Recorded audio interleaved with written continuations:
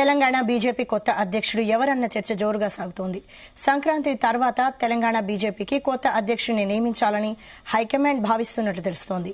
ప్రస్తుతం జి కిషన్ రెడ్డి రాష్ట్ర అధ్యక్షుడిగా కొనసాగుతుండగా పార్టీ వ్యవహారాలు చక్కబెట్టేందుకు మరికొన్ని రాష్ట్ర నూతన అధ్యక్షుడిగా నియమించాలని పార్టీ భావిస్తున్నట్లు సమాచారం.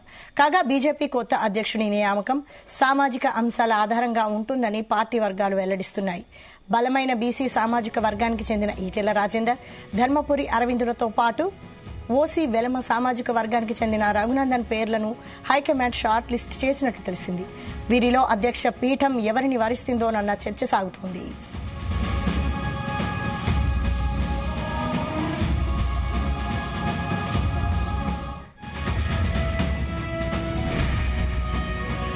దీనిపై మరిన్ని డీటెయిల్స్ వైశాలి కొద్ది నెలలుగా కూడా చర్చ నడుస్తోంది. తదుపరి బీజేపీ రాష్ట్ర అధ్యక్షుడు ఎవరు అనేది కూడా విస్తృత స్థాయిలో చర్చ నడుస్తోంది. ఎప్పుడైతే సార్వత్రిక ఎన్నికలు జరిగాయో జరిగిన అనంతరం కూడా 5 రాష్ట్రాల ఎన్నికలు ఏవైతే ఉన్నాయో మహారాష్ట్ర గాని, హర్యానా గాని, జార్ఖండ్ గాని ఇతర ఈ రాష్ట్రాల ఎన్నికల తర్వాతే వివిధ రాష్ట్రాలకు చెందిన అధ్యక్షులు మారతారు, అలాగే జాతీయ అధ్యక్షుడు కూడా మారతారు అనేది విస్తృత స్థాయిలో కూడా చర్చ జరిగింది. కానీ మన దగ్గర ఆల్మోస్ట్ అక్టోబర్ ఎండింగ్ కి బీజేపీ స్టేట్ కి కొత్త చీఫ్ వస్తారనేది కూడా ప్రచారం జరిగింది. అది అక్టోబర్ అయిపోయింది, నవంబర్ అయిపోయింది, we're entering to the new year also. ఇంకా ఇప్పటి వరకు కూడా కొత్త అధ్యక్షుడిని ఇంతవరకు కూడా బీజేపీ హైకమాండ్ ప్రకటించలేదు. అయితే ప్రముఖుల పేర్లు మాత్రం ప్రముఖంగా వినిపిస్తున్నాయి. ట్విస్ట్ నెలకి ఒక కొత్త పేరు అనేది కూడా జాబితాలో జోడుతూ వస్తుంది.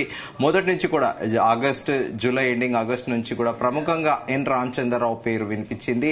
కానీ ఆయనతో పాటు ఈటెల రాజేందర్, ప్రస్తుత మల్కాజ్గిరి ఎంపీ ఎవరైతే ఉన్నారో ఆయన పేరే ప్రముఖంగా అప్పటి నుంచి కూడా వినిపిస్తూ వస్తుంది. అయితే తాజాగా పలువురు రేస్ లో ఉన్నట్లు కూడా ప్రస్తుతం హైకమాండ్ పరిశీలిస్తుంది. వారిలో ప్రస్తుత ఉపాధ్యక్షురాలు డీకే అరుణతో పాటు అలాగే మెదక్ ఎంపీ రఘునందన్ రావు పేరు కూడా ప్రముఖంగా వినిపిస్తుంది. దీంతో పాటు ఫైర్ బ్రాండ్ గా పేరొందిన నిజామాబాద్ ఎంపీ ధర్మపురి అరవింద్ పేరు కూడా ప్రముఖంగా వినిపిస్తోంది. అయితే కొద్ది రోజుల కిందట ఆకస్మికంగా ఎవ్వరూ కూడా ఎక్స్పెక్ట్ చేయని విధంగా చింతల రామచంద్రారెడ్డి ఖైరతాబాద్ అసెంబ్లీ నియోజకవర్గం నుండి పోటీ చేసిన విషయం తెలిసిందే. 2023 అసెంబ్లీ ఎన్నికల్లో ఆయన ఓడిపోయిన విషయం తెలిసిందే.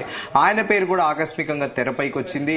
ఈ మేరకు ఇటు ఢిల్లీ పెద్దలు, ఇటు సునీల్ బన్సల్ గానీ, ఎట్ ది సేమ్ టైమ్ ఇక్కడ సంఘటన మంత్రి చంద్రశేఖర్ తివారీ వీరందరూ కూడా ఎప్పటికప్పుడు ఢిల్లీ పెద్దలకు నివేదిక ఇస్తున్నారు.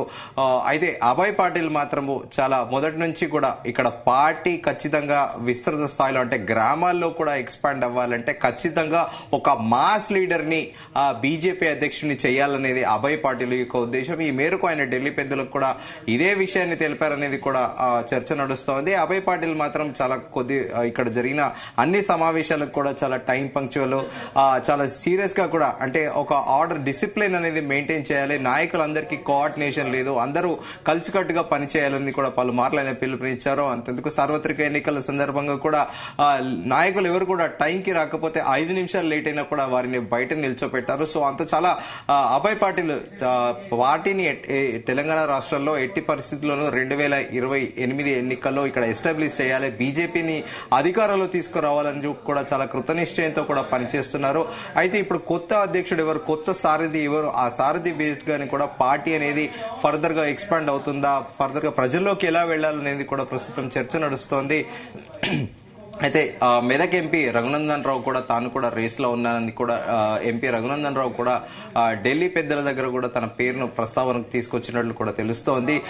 అయితే ఇప్పుడు ప్రముఖంగా ఈ 4 పేర్లు బాగా వినిపిస్తున్నాయి. డీకే అరుణతో పాటు అలాగే Etela Rajender, at the same time Raghunandan రావుతో పాటు ఆకస్మికంగా ధర్మపురి అరవింద్ పేరు కూడా తెరపైకి వచ్చింది. వీరందరూ కూడా ఇక్కడ ఈ పైన చెప్పుకునే 4 పేర్లు కూడా ఎవరికి వాళ్ళకి సొంతగా చరిష్మా ఉన్న లీడర్లు, ఎవరు తక్కువ కాదు.